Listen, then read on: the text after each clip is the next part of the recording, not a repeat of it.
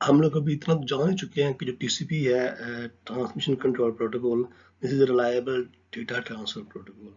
It makes sure कि आपका जो डेटा है रिलायबली रिसीवर तक पहुंच जाए, और उस डेटा के अंदर जो number of bytes sending side पे जिस ऑर्डर के अंदर है, बिल्कुल उसी ऑर्डर में या फिर तरतीब में जो बाइट्स हैं वो रिसीविंग एंड पे भी पहुंचेंगे। कोई उनमें जो बिट है वो लॉस नहीं होगी, कोई डेटा करप्ट नहीं होगा। अगर रास्ते में कोई जो डेटा करप्ट हो जाए तो टीसीपी विल मेक श्योर कि जो सेंडर है उस डेटा को दोबारा ट्रांसमिट करे। अब टीसीपी जो है वो रिलायबल डेटा ट्रांसफर प्रोटोकॉल है, लेकिन उसके नीचे जो लेयर है, नेटवर्क लेयर, उसके अंदर जो आईपी प्रोटोकॉल है that is unreliable protocol. IP जो है वो बेस्ट एफर्ट प्रोटोकॉल है, लेकिन रिलायबल नहीं है। बेस्ट एफर्ट मींस जो आईपी प्रोटोकॉल है ये अपनी पूरी कोशिश करेगा कि आपका जो पैकेट है जो वो सेंडर से रिसीविंग मशीन तक किसी न किसी तरह पहुंच जाए, लेकिन ये रिलायबिलिटी नहीं देता कि जो पैकेट है वो ठीक पहुंचेगा, उसके अंदर एरर आ जाएगी, वो आधा पहुंचेगा आधा नहीं पहुंचेगा। ये उसकी कोई रिलायबिलिटी नहीं है, कोई उसकी गारंटी नहीं है। लेकिन उसके ऊपर जो नेटवर्क लेयर के ऊपर ट्रांसपोर्ट लेयर की जो टीसीपी प्रोटोकॉल है दैट मेक्स श्योर कि आपका जो पैकेट है जब पहुंचे तो इन ऑर्डर पहुंचे। अगर इन ऑर्डर नहीं है या फिर में कोई पैकेट का जो डेटा है वो लॉस हो गया, करप्ट हो गया, तो जो सेंडर को इंटीमेट करेगा टीसीपी प्रोटोकॉल की जो डेटा है वो खराब हो गया है, तो इस वाले डेटा को आप रीट्रांसमिट करें। अब वो वाली कुछ सर्विसेज जो हम पहले पढ़ चुके हैं, जब हम रिलायबल डेटा ट्रांसफर प्रोटोकॉल या आरडीटी जब हम डिजाइन कर रहे थे लास्ट वीडियो लेक्चर्स के अंदर, तो वो सारे सारे कॉन्सेप्ट्स इधर यूज हो रहे हैं। अब इसके अंदर भी पाइपलाइन सेगमेंट्स इस्तेमाल होती हैं। मतलब ये कि ये नहीं कि जो सेंडर है उसने एक सेगमेंट सेंड की फिर उसकी का वेट करने लगा, नहीं ऐसा नहीं होगा। इसके अंदर जो टीसीपी के अंदर भी सेंडर है, it can send multiple unacknowledged packet segments at the same time. फिर उसके बाद आपको याद होगा कि गो बैकएंड के अंदर आपने क्यूमुलेटिव एक्स पढ़ी थी कि अगर टीसीपी जो सेंडर है अगर उसको रिसीवर की तरफ से किसी खास सेगमेंट के अगेंस्ट एक्नॉलेजमेंट रिसीव हुई तो सेंडर ये समझ जाएगा कि इस पैकेट और इस पैकेट से जितने भी पहले पहले पैकेट्स हैं, सेगमेंट्स हैं, वो सारे के सारे रिसीवर तक पहुंच चुके हैं। इसे कहते हैं क्यूमुलेटिव एक्नॉलेजमेंट, क्यूमुलेटिव एग। अब टीसीपी में इसका इस्तेमाल इस तरह होता है कि चूंकि हम जो सीक्वेंस नंबर्स हैं और जो एग नंबर्स हैं वो जो कह लें कि जो स्ट्रीम ऑफ बाइट्स है उसके अंदर जो बाइट की पोजीशन है उस पोजीशन की बेस पे होते हैं। तो जब एक सर्टेन एक्नॉलेजमेंट जो है वो सेंडर को पहुंचेगी रिसीवर से, तो जो सेंडर है वो समझ जाएगा कि उसकी जो बाइट स्ट्रीम है, जो डेटा उसके पास है, उसके अंदर नंबर ऑफ बाइट्स हैं, तो ये बाइट नंबर है ना, उस बाइट तक सारे के सारे बाइट्स जो हैं वो रिसीवर तक पहुंच चुके हैं। फिर उसके बाद हमने देखा था गो पैकन में और सिलेक्टिव रिपीट में कि हम टाइमर भी रन करते हैं। टाइमर रन इसलिए करते हैं कि आपका जो कोई पैकेट आपने सेंड किया है, सेगमेंट सेंड की है, और वो एक खास वक्त में सेंडर तक रिसीवर की तरफ से उसकी एक नहीं पहुंचती, तो जो सेंडर है उस पैकेट को रीट्रांसमिट करेगा। अब गो बैकन के अंदर हमारे पास सिंगल रीट्रांसमिशन टाइमर था, और सिलेक्टिव रिपीट के अंदर हमने ये किया था कि हर एक जो पैकेट जिसकी एक्नॉलेजमेंट नहीं पहुंची अभी तक उसके अगेंस्ट जो टाइमर है वो रन कर रहा होता था। तो जो ही किसी सिलेक्टिव रिपीट के अंदर जैसे ही किसी सेगमेंट के अगेंस्ट एक रिसीव होती थी उसका टाइमर स्टॉप कर दिया जाता था।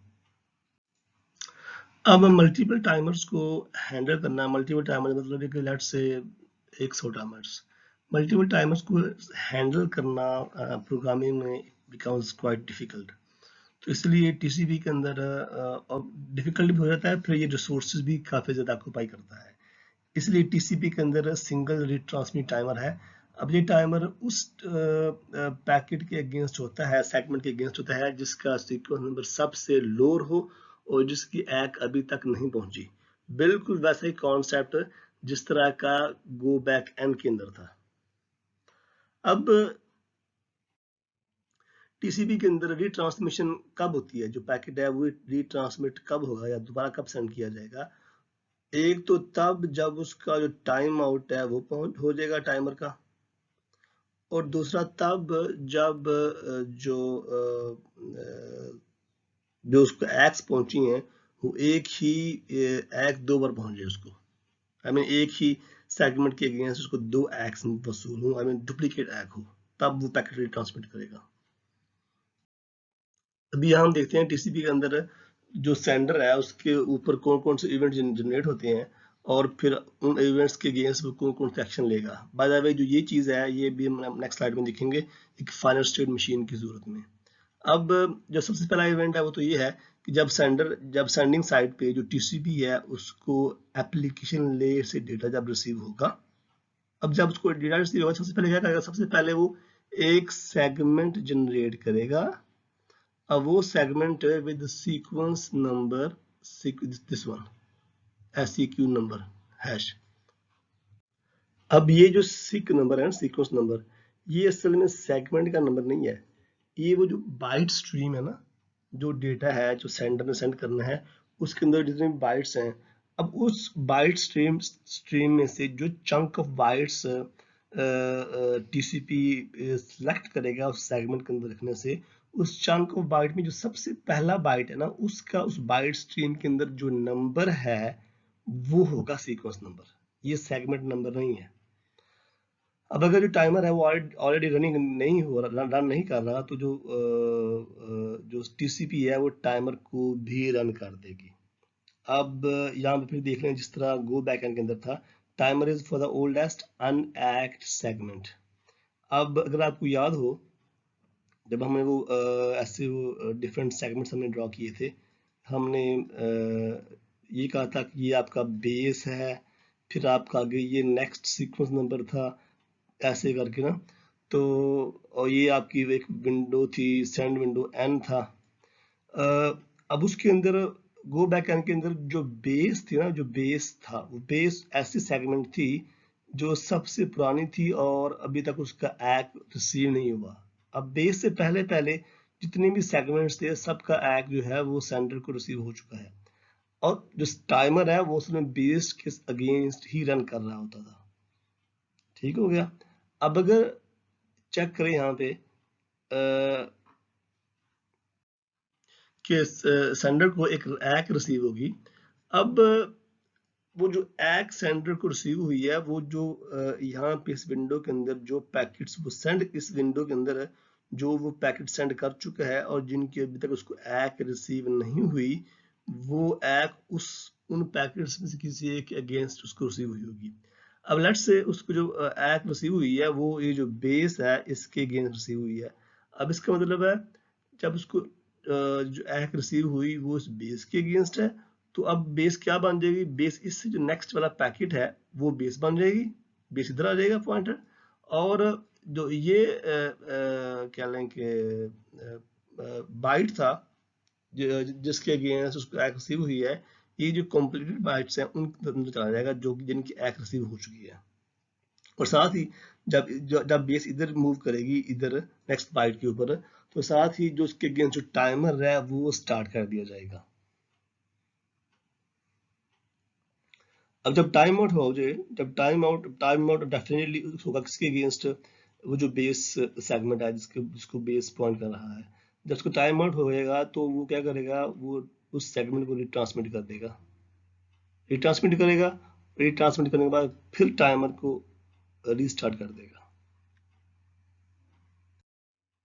यहाँ पे फाइनल स्टेट मशीन है टीसीबी सेंडर की साइड पे।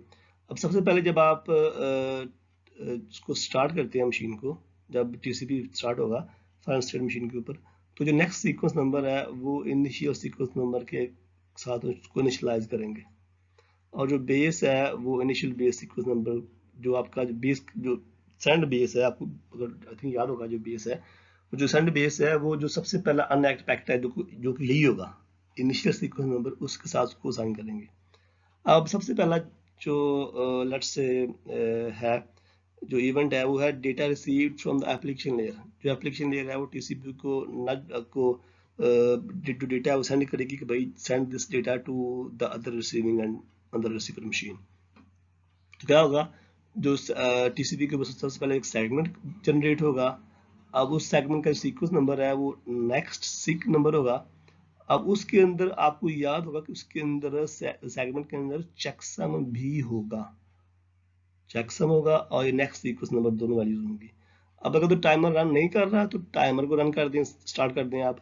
और साथ ही जो आपने सेगमेंट जनरेट की है उसको आप जो लोअर लेयर है नेटवर्क लेयर उसको आप पास कर दें। और ये असल में फंक्शन था, सेंड का फंक्शन था अगर आपको याद हो उस प्रोटोकॉल आरडीटी प्रोटोकॉल के अंदर। और साथ ही जो नेक्स्ट सीक्वेंस नंबर है उसको हम नई वैल्यू साइन करेंगे। नेक्स्ट सीक्वेंस नंबर होगा जो करंट सीक्वेंस नंबर है प्लस जो डेटा आपने सेंड किया है उसकी लेंथ इन बाइट्स।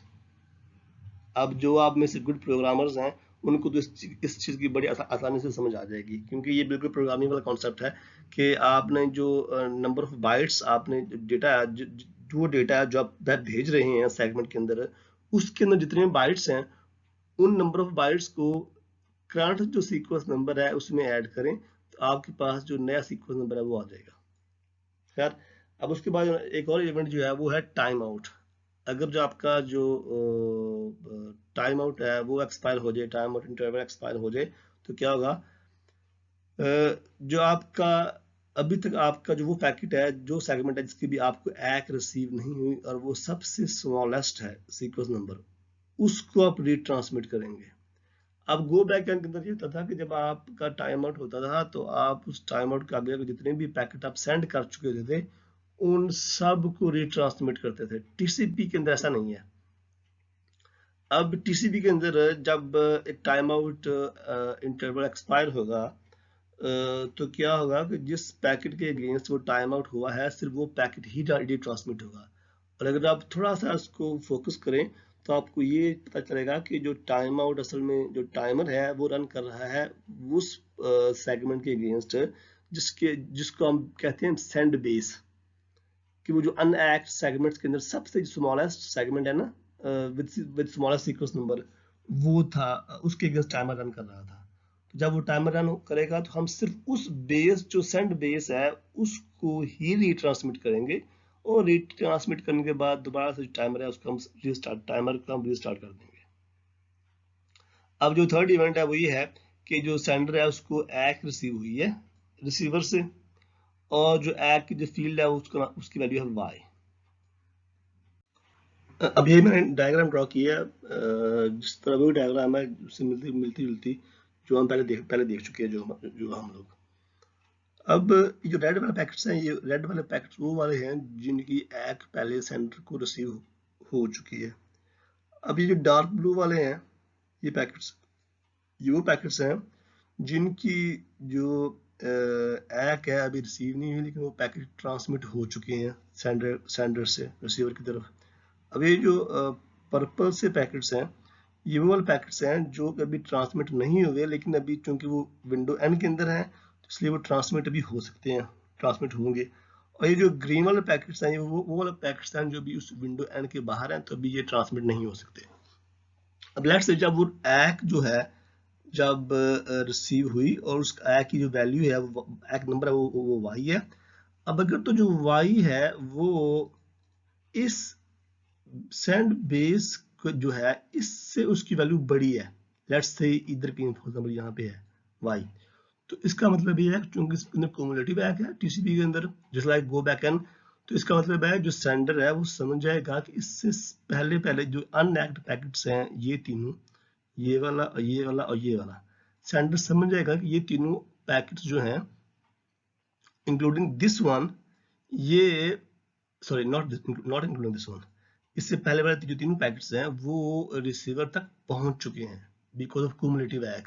तो क्या होगा कि जो बेस है उसकी नई वैल्यू ये बन जाएगी, बेस अब यहाँ पॉइंट करेगा इस पैकेट के, क्योंकि अब जो ये पैकेट है जो सेगमेंट है इसकी एग अभी तक नहीं पहुंची। अब ये जब बेस की वैल्यू चेंज होगी साथ ही उसके अगेंस्ट जो टाइमर है वो रन करना स्टार्ट कर देगा, जो टाइमर है वो स्टार्ट हो जाएगा। अब यहाँ पे चेक करें, अब ये होगा साथ ही जो विंडो है वो आगे मूव कर देगी, यहाँ से लेके इधर आगे तक विंडो मूव कर देगी आगे, इस तरह करके जो विंडो है। तो इस तरह आप चेक करें, जो बेस है उससे पहले जो एक पैकेट है, उस पैकेट तक जितने भी बाइट्स हैं उस बाइट स्ट्रीम के अंदर सारे के सारे जो रिसीवर है उस तक पहुंच चुके हैं। ये क्यूमुलेटिव है क्या टीसीपी के अंदर।